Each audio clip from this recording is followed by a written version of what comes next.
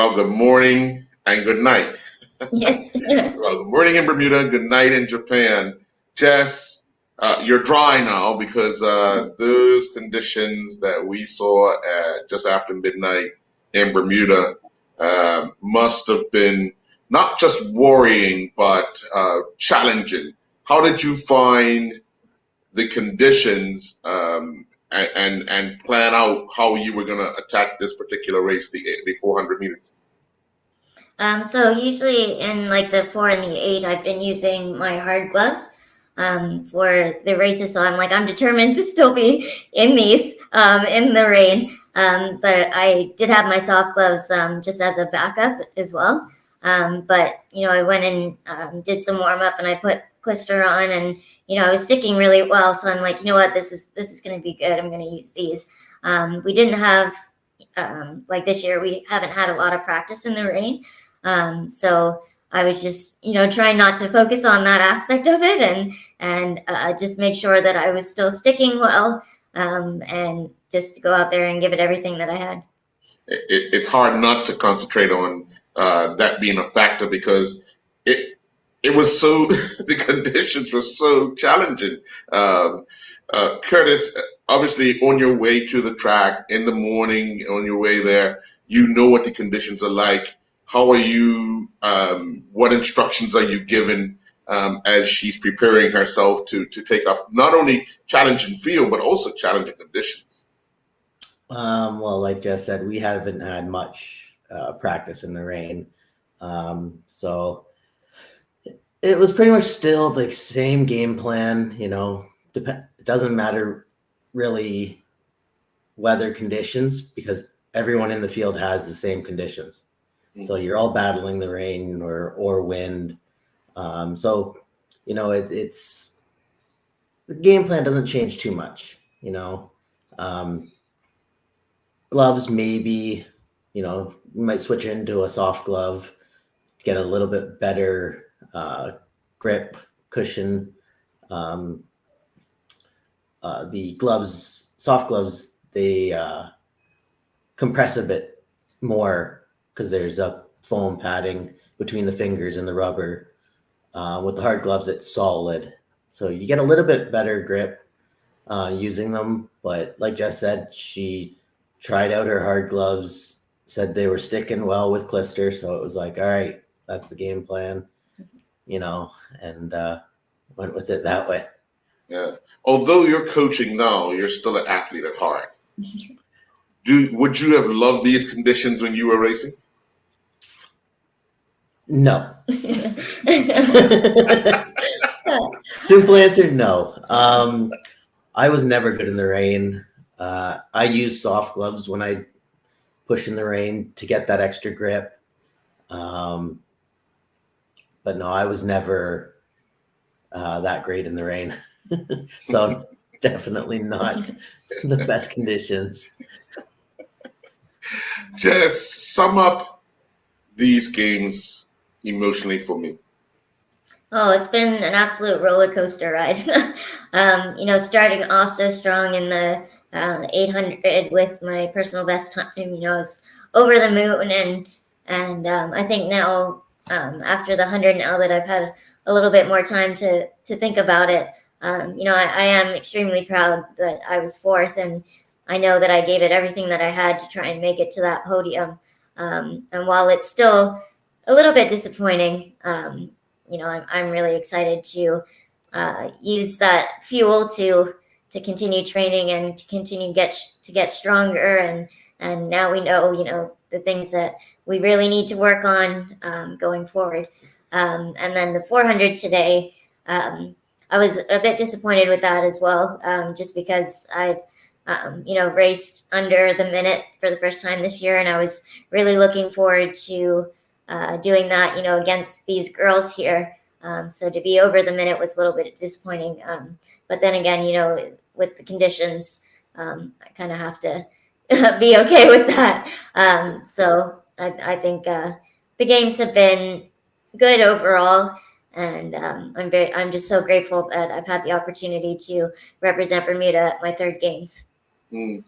When you get down to the the final call room and you're getting yourself prepared to actually go back to the village and all, does it sink in then that the 2020 Paralympic Games are over for you now, or was it on the bus? Has it sunk in yet? Uh, I think it probably sunk in a little bit on my wheel back from um, like leaving the track in the 400, and I was wheeling back up and got in the elevator to go back, and I just thought, wow, that was my last time in the stadium here, um, and it, the games just went by, in a blink of an eye, and you spend 5 years thinking about it, and now it's done. It's Yeah. crazy. Yeah. Now, obviously, with all the restrictions in Tokyo, not being able to have family and friends there, how had that or how has that affected you on the personal side, not on the competition side? Yeah, it's definitely a huge impact because originally we were all planning for everybody to come. So, like even my cousins who have never seen me race in person. So it was going to be, a really big family trip, and we were going to, extend our time here to do some sightseeing afterwards. But that definitely is all different now. But I'm hopeful that next year, because we have World Championships in Kobe, Japan. So I'm hoping to make those games, and hopefully my family will be able to come to those. Mm.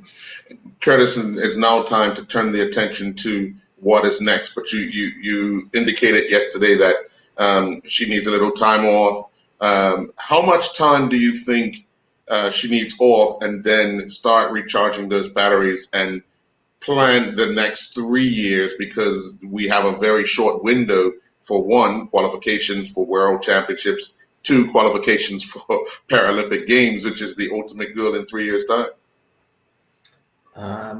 Well, for her downtime, it's probably going to be about a month of absolutely nothing, do what she wants, away from the track, away from the gym. And then, we'll work back in slowly at start, um, longer distances stuff at a lower tempos, um, build back up that stamina, build back up the strength, the cardio, and then progress into higher intensity stuff and more technical stuff. Mm.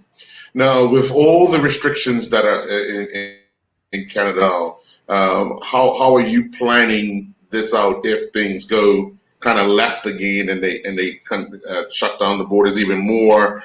It's winter time. How have you started to figure that part out yet? Hopefully it doesn't go that way. Hopefully we stay open and be able to train. As a high performance athlete, we were getting a little bit of leeway, I guess you'd say, to be able to train in a small bubble of athletes, so that we would be able to be ready for the games.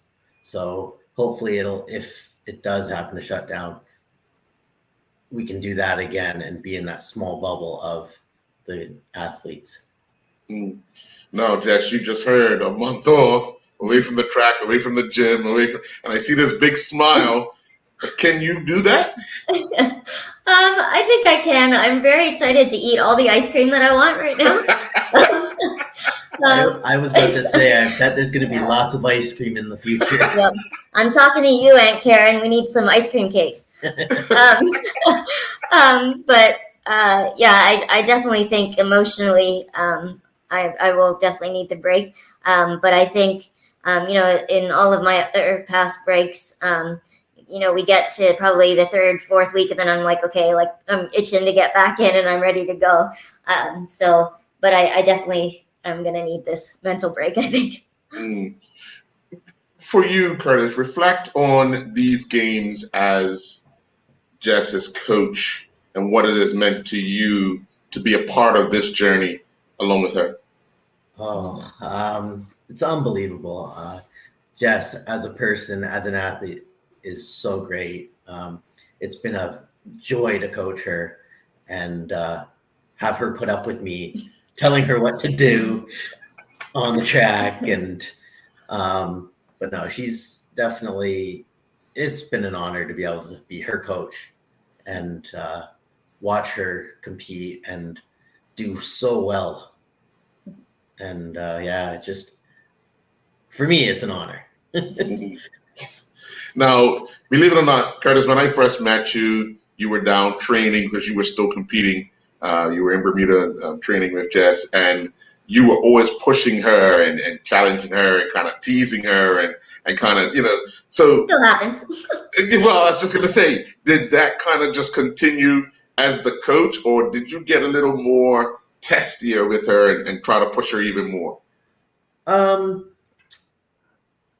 would say it got a bit more serious. But there's still that little bit of, pushing her, teasing her a bit, you got to have fun with it. It can't always be serious. It can't always be, that like hard go all the time. You need that little bit of fun. You need that little bit of joking around and stuff, especially when there's hard workouts. You're feeling tired, and it's just like, oh, got to get my mind off of it because it hurts so bad. And as an athlete myself previously, I knew what that was like.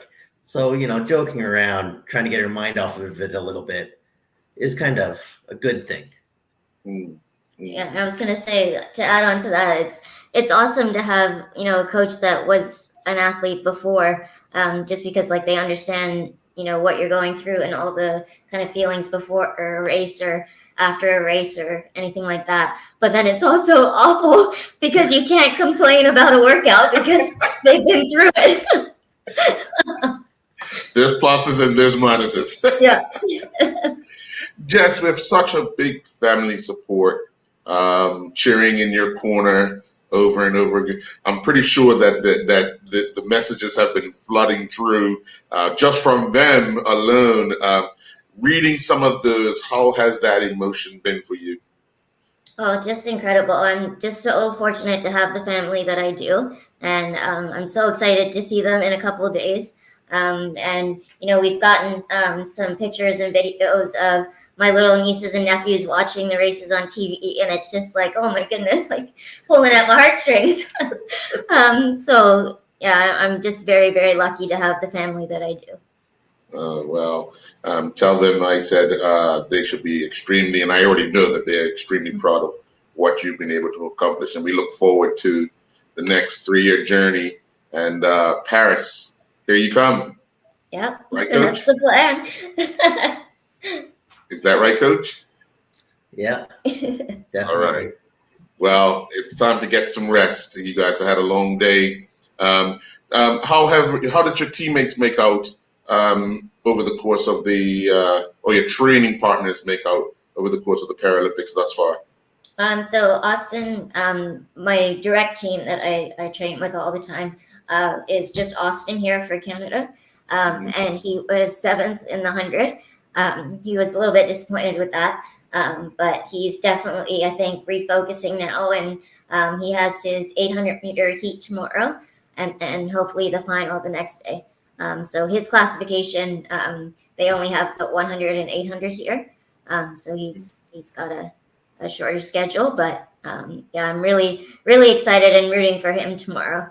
Yeah, and Austin is no stranger to Bermuda because he's been here as well. So we want to wish him all the best in his racing tomorrow. So again, get some rest, guys. We look forward to seeing you soon. Take it easy on that gum over the week. You got a month off, Coach, but you're right back into it. I'm gonna have to supply you with some. What flavor?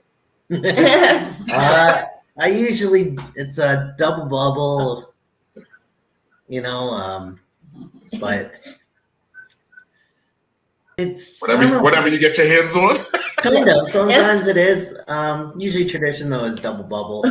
So Okay. kind of kept the tradition going with my dad because that's what my dad was chewing on anytime he was at the track.